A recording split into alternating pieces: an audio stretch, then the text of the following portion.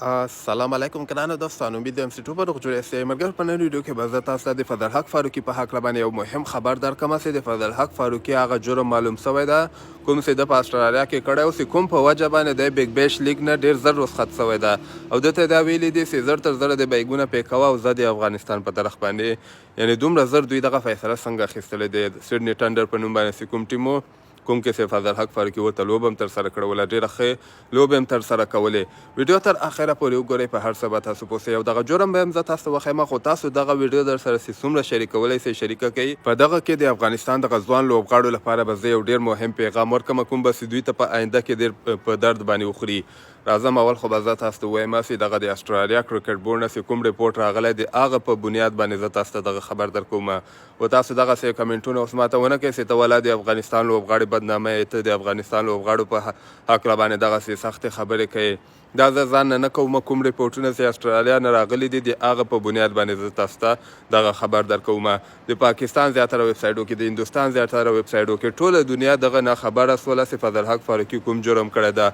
نو د ما ویلو یا نه ویلو کې هېڅ فرق نه غورځېږي. زه خالي ما کار دغه ده چې زه تاسو ورنه خبر کړم، نور تاسو پوهېږئ او خپل کار هم پوهېږئ، خو زه هېڅ کله هم دا نه غواړم چې د افغانستان لوبغاړي د مال له وجې نه بدنامه سي ډېر. نو راځم اصلي خبره ته چې اسټرالیا نه چې کوم ریپورټ راغلی ده، دوی بیا دغسې لیکلي دي دلته چې دا خبره د اوس نه ده، دا خبره د هغه وخت ده چې کله سیډني ټنډر اولنۍ لوبه ترسره کړله او هغه لوبه کې فضل حق فاروقي ډېر ښه بولنګ ترسره کړی، دوه لوبغاړي اولنۍ لوبه کې ترسره کړي. هغې نه وروسته بیا دغه ټیم والا چې کوم دی په سبا باندې دوی تللی دي، یا کوم کلب ته تللی دي، یا کوم رسټورانټ ته تللی دي، یا کوم بل چیرته تللی دي، هغلته فضل حق فاروقي نه دغه غلطي سوې ده.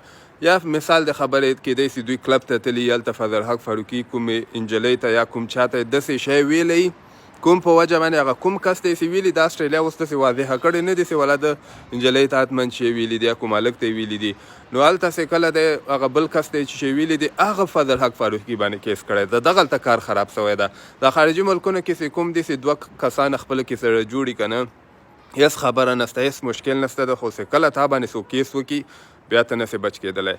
خاص کر تا باندې هغوی دغه زنانو ته، انجلیکانو ته، ښځو ته ډېر زیات اهمیت ورکړي. هر یو ملک کې، که هغه لندن ده، که هغه اسټرالیا ده، که هغه امریکا ده، که هغه کیناډا، د ټولو خارجي ملکونو کې انجلیکانو ته ډېر زیات اهمیت ورکړي. او بیا دغسې چې کله تا باندې انجلۍ کوم کیس وکړي چې ده ما ته یا لاس راچولی، خدای نه خواسته د دې ما د خبرې مطلب دا نه ده چې فضل حق فاروقي به چاته لاس اچوړی، خامخا څه ناڅه به ده ورته ویلي که نه، کوم په وجه باندې اسټرالیا دومره سخته فیصله اخیستلې ده.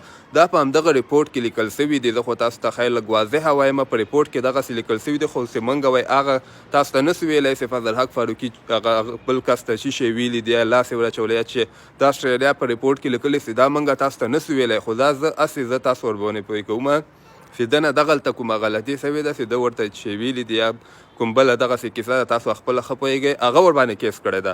چې کله ورباندې هغه کیس کړی ده، دا تېرې یو هفتې نه زیات ورځې ووتلې. اسټرالیا وایي چې موږ یو هفتې نه زیات په دغه باندې انویسټیګیشن کړی ده، انویسټیګیشن موږ روان کړی او چې ودرې فضل حق فاروقي واقعا ګناهګاره ده، یا که ده باندې هسې کومه دسیسه درته جوړول غواړي. د هغه سلیم صافي کیس داسې اوس هلته اسټرالیا نه کوم ریپورټ راغلی او د ورلډ کپ په دوران کې کوم ریپورټ نه و راغلی. سریلانکا یو لوبغاړی و، هغه باندې هم ریپورټ راغلی و، هغه باندې یو کال لکه چې بندیز هم ولګېده، هغه یې جرمانه کړی مو. فضل حق فاروقي هم همدغسې کیس داسې هلته چاته چې ویلي دي، هغه بل کس ورباندې کیس کړی ده. بیا اسټرالیا انویسټیګیشن کړی ده، هغې کې دا ثابته شوی ده چې ملامته فضل حق فاروقي ده، کوم په وجه باندې اسټرالیا ډایرکټ داسې فیصله اخیستلې چې بیګ بیش کانټریکټ ورته ختم کړی ده، ورته ویلي بیګونه دې پې کوه، زر تر زره ځه افغانستان ته. دغه پیښې نه وروسته که دا د باندې ثابته شي که نه، فضل حق فاروقي باندې کیدی شي د اسټرالیا بندیز هم ولګي، یعنې اسټرالیا ته به دی نسي داخلېدلی.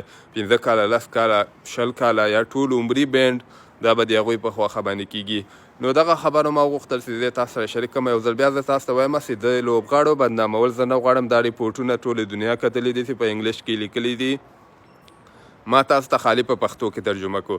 خپل نظر هم لاندې ما سره په کمنټ کې شریکولی سئ. او دغه ځوان لوبغاړو لپاره به رښتیا د ما دغه پیغام وي که نه، چې کوره تاسو که هر یو لیک اخیستل کېږئ، که هغه بیګ بیش کي، که هغه بنګلادیش لیکي، که سریلانکا لیکي، که پاکستان سوپر لیکي، دغسې پیښو نه ځانونه وساتئ. صرف چاته چې مه وایئ کلب کې، که هر چېرته یي، هېڅ شی ورته مه وایئ. دغه ډېر زیات بدنامول دي، د افغانستان بدنامول هم دي، او د هغه لوبغاړي خپل کیریر په دغه کې ختمیږي. مکمل د کرکټ کیریر هم ختمېدو امکان هم دغه کې شته ده. نو ویډیو در سره حتما شریکه کوئ او نور ښه وخت ولرئ. الله پامان.